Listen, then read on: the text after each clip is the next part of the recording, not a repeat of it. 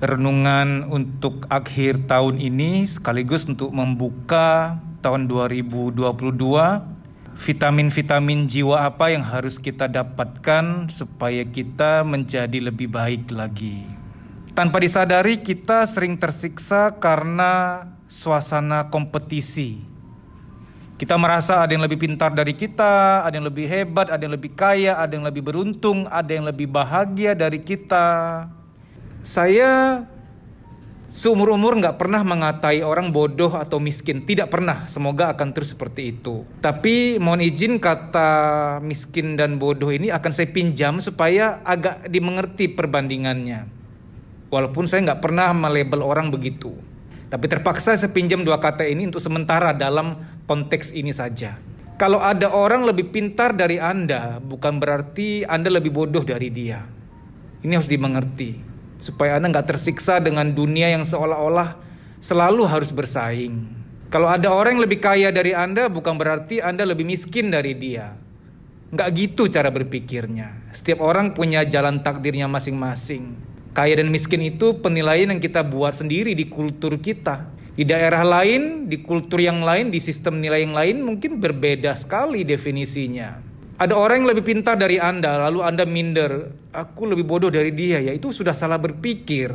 Karena hanya di kultur tertentu, pintar itu masih mahal harganya. Tapi di kultur lain, di planet yang sama, pintar tak lagi laku, tak lagi dikejar.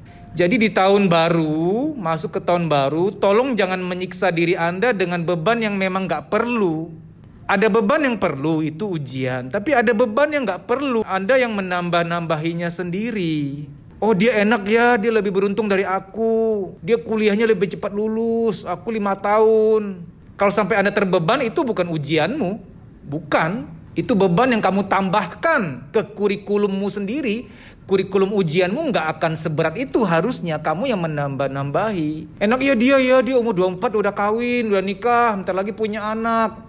Terbebanlah, stres, galau. Saya yakin itu bukan ujianmu. Galaumu ini bukan ujian memang ditetapkan buat kamu. Kamu yang menambah-nambahi beban itu. Jadi tahun 2022 di tahun baru ini tolong ya, mulai pilah-pilah. Mana ujian wajib, mana ujian yang dibuat-buat. Tanda petik ujian yang dibuat-buat. Sekali lagi saya tegaskan, kalau ada orang lebih kaya dari kamu bukan berarti kamu lebih miskin dari dia. Bukan. Enggak begitu. Setiap orang punya jalan takdirnya masing-masing. Maka membandingkan itu adalah sumber penderitaan. Beneran, jangan membandingkan. Kalaupun kamu belajar lebih baik, berjuang, memperlengkapi diri dengan skill, kamu banyak berdoa, banyak belajar, banyak mengembangkan diri. Kalaupun itu kamu tempuh, bukan supaya tampak lebih hebat dari orang lain pada akhirnya. Bukan. Anda nggak semurahan itu, menjadi hebat hanya untuk ngalahin orang lain. Anda nggak semurahan itu. Tolong mulai naik kelas, berpikirnya harus berbeda. Kalau Anda belajar, banyak baca buku, banyak ikut seminar, banyak ikut training, Anda mengembangkan diri, Anda menjadi lebih berkualitas, bukan dalam rangka aku ingin lebih keren supaya orang lain tampak lebih tidak pintar dibanding aku. Jadi bila Anda mengembangkan diri supaya menjadi the best you. Nah ini keren nih. I want to be the best me. Aku ingin menjadi versi terbaik dari diriku sendiri. Kalau kamu berjuang dan belajar dan mengembangkan diri supaya ujung-ujungnya kamu menjadi versi terbaik dari diri kamu, maka saya rasa nggak akan ada luka di situ. Tapi begitu kamu masih punya perasaan, masih punya mindset, pokoknya aku harus sekolah lebih tinggi dibanding tetangga-tetanggaku. Nah ini sumber kekecewaan nih. Pokoknya aku nikah lebih cepat dibanding bibi-bibiku yang telat nikahnya. Ini bahaya nih. Ini sumber penderitaan. Salah-salah milih nanti malah berabe. Membandingkan dengan kehidupan orang lain adalah sumber penderitaan. Anda punya kurikulum Anda sendiri, punya jalur takdir Anda sendiri. Ya Anda tahulah ya, saya cuma mengingatkan saja. Colonel Sanders, pendiri KFC, umur 70-an baru kaya, baru sukses. Sekali lagi, saya nggak pentingkan bahwa kaya, penting bahwa sukses itu harus tidak. Saya hanya memberitahu kalau memang Anda mengejar kaya, ayo kita patokannya kepada orang yang ngejar kaya juga. Orang yang sukses secara duniawi juga. Nah, Colonel Sanders, pendiri KFC 70-an tahun baru sukses. Jadi setiap orang punya jalan takdirnya sendiri. Jadi di tahun yang baru ini, renungan ini harus benar-benar kita resapi bahwa mulai pelan-pelan meninggalkan mindset membandingkan. Kok dia lebih ini ya, dia kok usahanya lebih lancar ya, dia kok lebih banyak uang ya. Dia udah punya anak, aku belum punya anak. Dia anaknya 2, aku anak baru 1. Dia udah menikah, aku belum menikah. Dia udah S2, aku S1 pun belum. Padahal jalur takdirnya berbeda loh. Percayalah, kita tuh seringkali tersiksa, punya luka batin varian tertentu yang hanya ada di benua kita doang, benua lain gak ada. Supaya sederhana aja ya, supaya sederhana. Kan hanya di kultur kita tuh, kayaknya jomblo tuh kayaknya hina gitu, diajak-ajak jadi bulan-bulanan. Coba di Eropa, kamu ngajak jomblo, kamu yang dijauhi, aneh tuh orangnya. Karena di sana tuh tabu banget. Kapan nikah gitu. Jadi ada luka-luka yang teritorial, ada luka-luka batin yang teritorial, nggak berlaku semesta, nggak berlaku umum. Nah, jangan terjerat oleh luka batin yang sebenarnya tidak seharusnya terjadi hanya karena kamu terlalu melekat pada hal-hal duniawi yang sementara, yang fana, apalagi luka-luka karena sepertinya di luar standar yang diciptakan oleh orang-orang secara teritorial saja. Sama seperti kamu yang sedang tersiksa, aku gak bisa lupain mantanku mas. Itu hanya program-program lama yang butuh waktu untuk di uninstall. Jangan menganggap itu akan menetap gitu loh. Otak ini kondisional. Penelitian tentang otak ini namanya neuroplastisitas. Neuroplastisitas itu artinya otak itu bisa dikondisikan, bisa dibentuk. Di tahun baru ini, di mana kita akan masuk, ada 2 hal yang harus Anda renungkan dan semoga bisa segera Anda serap, Anda masuk ke dalamnya. Hal pertama adalah Anda tidak patut, tidak layak membandingkan diri Anda dengan orang lain dalam aspek apapun. Nggak boleh. Karena jalur hidupmu beda sama orang lain. Ada yang orang lain punya, kamu nggak punya. Yang kamu punya, orang lain nggak punya. Itu nyata. Nggak ada orang yang memiliki segalanya tuh nggak ada. Beneran nggak ada. Dia sehat, pernikahannya bagus, pekerjaannya bagus, hidupnya, status sosialnya bagus, semua dia punya. Tidak ada, nggak ada, beneran nggak ada. Ada hal yang kamu punya, orang lain nggak punya dan sebaliknya. Jadi nggak boleh membandingkan. Dan jangan tersiksa dengan tolok ukur bahwa lebih cepat lebih baik. Ini bahaya nih. Mohon maaf nih, beberapa motivator harus menggunakan ilmu spiritual juga. Jangan main kebut aja, main gaspol. Ayo, sukses usia muda. Kok bisa segera, kenapa tidak gitu. Ini kan menyiksa banyak orang tanpa sadar. Jadi kalau ada rekan-rekan motivator dengar video ini, mohon agak-agak slow ya kawan-kawan ya. Jangan membuat standar yang kemudian itu tanpa sadar tersugesti di batin banyak orang dan mereka tersiksa. Mereka berpikir usia sekian kok belum sukses, tersiksa. Tanggung jawabnya kepada Tuhan loh itu. Anda menanamkan standar yang kemudian membuat orang itu terkungkung. Merasa gak berhasil, merasa gak mampu jadi manusia, merasa gak bisa sehebat orang lain. Itu hal pertama, gak boleh membanding-bandingkan. Jangan masih melekat dengan sebuah doktrin lebih cepat, lebih baik. No, enggak. Soal menikah sampai benar-benar mateng, saling melengkapi, ada kata saling, bisa saling ngalah, saling melengkapi, saling sabar. Kalau yang ngalah kamu doang, yang sabar kamu doang, itu bukan jodoh tuh. Nanti itu bukan pernikahan tapi ring tinju. Dalam banyak hal jangan membanding-bandingkan. Hal kedua masuk ke tahun baru ini adalah kamu dalam berjuang dan mengembangkan diri, fokusnya adalah aku mengembangkan diri, aku berjuang, aku memperbaiki diri, ujung-ujungnya supaya aku menikmatinya sendiri, untuk diriku sendiri, untuk menjadi versiku yang terbaik, the best me, bukan untuk orang lain. Karena kalau Anda mempersembahkan sesuatu untuk orang lain, biasanya ada kekecewaan. Contoh ya, ada seorang bapak atau seorang ibu berjuang demi anaknya, ya wah luar biasa. Ujung-ujungnya anaknya mengecewakan dia, ada hal-hal yang mengecewakan, akhirnya kayak merasa sia-sia ya aku berjuang. Nah itu kan juga sumber luka. Jadi jangan untuk mempersembahkan kepada orang lain tapi untuk diri sendiri. Karena kalau kita menjadi lebih ya, lebih pintar, lebih kaya, lebih hebat atau lebih apa, supaya bisa menyaingi orang lain, itu udah pasti akan banyak luka tuh. Karena di atas langit ada langit. Soal kaya, di atas langit ada Hotman Paris. Soal cantik, di atas langit ada Mimi Peri. Kan selalu ada di atas langit lagi terus kan. Nah jadi jangan membandingkan diri dengan orang lain. Dan jangan untuk sukses dan lebih hebat untuk mempersembahkan kepada seseorang. Jangan. Otak kita ini ada 100 miliar neuron. Jadi kalau Anda pernah makan otak ikan itu kalau Anda makan di lidah ada sensasi kayak pasir-pasir gitu. Itu neuron-neuronnya. Otak ikan mungkin katakanlah 10.000 neuron. Saya nggak pernah ngitung sih, biar orang lain aja ngitung ya. Tapi otak manusia 100 miliar neuron. Nah, Einstein saja baru kepake 5% katanya. Apa kabar kita ya? Jangan kita baru kepake 0,00 sekian tuh. Einstein aja udah jenius baru kepake 5%-nya tuh.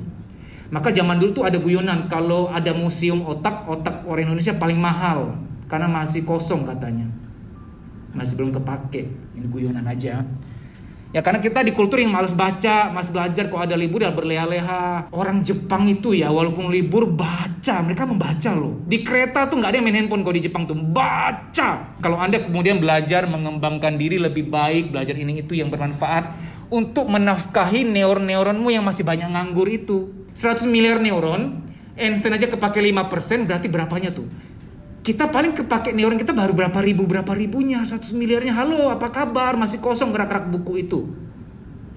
Ibarat otak kita perpustakaan itu mungkin masih bisa diisi miliaran buku yang kita selama ini hanya berleha-leha gitu. Makanya, tapi nanti hubungannya juga kalau Anda banyak baca itu supaya Anda gak cepet pikun ya. Kalau orang yang suka berleha-leha gak mau repot pasti cepet pikun. Nah, kalau Anda belajar mengembangkan diri itu tujuannya aku ingin puas karena banyak tahu, banyak ngerti, banyak belajar, dan juga supaya gak cepet pikun, supaya 100 miliar neuron yang Tuhan anugerahkan kepadaku aku isi, aku amanah pada neuron-neuron itu gitu. Neuron-neuron ini nyata loh ya. Saya pernah ketemu seorang nenek, dia kena stroke, beliau kena stroke. Stroke-nya saya lupa sebelah kiri atau kanan. Itu bahasa Indonesia lupa. Dia gak bisa bahasa Indonesia, tapi bahasa Belanda bisa, kan aneh. Saya tanya ke ahli saraf, kok bisa gitu ya dok? Ada nenek-nenek dia kena stroke, nggak bisa bahasa Indonesia tapi bisa bahasa Belanda. Nah, dokter saraf mengatakan, oh itu berarti neuron-neuron yang nyimpen perbendaharaan bahasa Indonesia memang yang kena, yang pecahnya di situ pembuluh darahnya. Tapi bagian-bagian yang menyimpan bahasa Belanda nggak kena, pembuluh darah itu nggak pecah. Berarti bener tuh otak kita kayak perpustakaan. Nah, Anda merasa nggak bisa move on dari mantanmu mungkin di bilik perpustakaan paling belakang tuh. Masih ada rak-rak buku lain untuk menyimpan yang lebih baik gitu. Kalau kamu merasa gak bisa move on dari seseorang, kamu menistakan perpustakaan besar di otakmu yang kamu gak hargai, yang bisa diisi pengalaman-pengalaman lebih baik, lebih patut, lebih indah. Maka tugas kita belajar. Nah, masuk ke tahun yang baru kita memperbaiki diri, banyak belajar untuk memuaskan, untuk bangga, untuk menyayangi diri sendiri, bukan untuk menyayangi orang lain, bukan untuk merasa lebih hebat dari orang lain, dan tidak untuk mempersembahkan pada siapa-siapa ya. Masuk ke tahun yang baru, semua salah paham kita kepada Tuhan bahwa kok Tuhan gak adil ya? Kalau emang Tuhan baik, kenapa aku ngalamin ini? Kok harus aku yang ngalamin ini Tuhan? Untuk merasa gak adil sampai berburuk sangka sama Tuhan. Semua salah pahammu itu, tenang saja, suatu saat nanti akan terjawab. Tapi dengan catatan kamu cukup bertahan sampai akhirnya dan cukup ikhlas. Karena ujung-ujungnya semua ketidakmengertian sekarang ujung-ujungnya akan tersingkap. Oh, dulu aku ngalamin ini tujuannya. Oh, dulu aku mengalami hal-hal buruk itu, ternyata ini tujuannya. Oh, dulu aku sampai segitunya, pontang-panting, difitnah, dijatuhkan, gak dianggap, diambil hak-haknya, dirugikan, dihianati. Ternyata sekarang ini maksudnya tuh begini gitu. Entah keadaan yang lebih baik, entah kamu ditakdirkan untuk nolong orang lain. Kalau gak pernah ngalamin yang gak bisa nolong, macam-macam lah, saya gak tahu takdirmu ujung-ujungnya apa. Jadi orang yang bilang Tuhan gak adil, Tuhan gak sayang aku, itu orang yang belum cukup bersabar nunggu sampai akhirnya jawaban datang. Karena memang jawaban gak selalu datang sekarang waktu masalah itu tiba. Yang menyakiti kita tuh kesalahpahaman sih. Salah paham bahwa oh bahagia tercipta kalau aku lebih hebat dari orang lain. Nah, itu salah paham tuh. Salah paham bahwa kalau Tuhan baik, kenapa aku mengalami hal yang tidak baik? Nah, kesalahpahaman ini tahan aja dulu. Ujung-ujungnya akan terbuka. Oh, begini. Ujung-ujungnya pasti selalu ada big O. Oh, gitu toh maksudnya. Oh, gitu. Baik, demikian ya, semoga renungan ini bisa bermanfaat. Terima kasih, sampai jumpa. Kamu bisa follow Instagram saya dedisusanto.pj_official. Di story itu ada jadwal training, silahkan dicek. Kalau kotamu termasuk di jadwal, WA nama peserta ke nomor panitia tersebut di kota itu untuk mendaftar. Kita kan mau membaik nih, mau meningkatkan kualitas hidup. Karena jangan-jangan luka-luka batin itulah yang membatasi, menghambat mental kita untuk maju.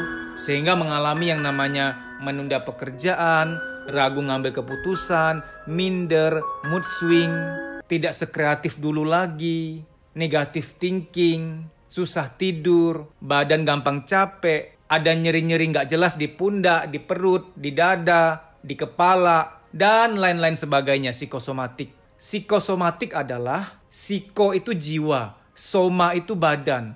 Psikosomatik artinya ada beban-beban di jiwa, baik yang terpendam maupun yang disadari, ketika secara akumulatif sudah penuh, dia nitip taruh beban di badan. Ada yang nitip taruh beban di kepala, jadilah migrain, rambut rontok, pelupa, insomnia, pikun dini, dan lain-lain sebagainya. Kalau ketombe karena salah sampo ya, beda jurusan itu. Beruah kakak. Ada orang yang ketika jiwanya sudah penuh, jiwanya itu nitip taruh beban di perut.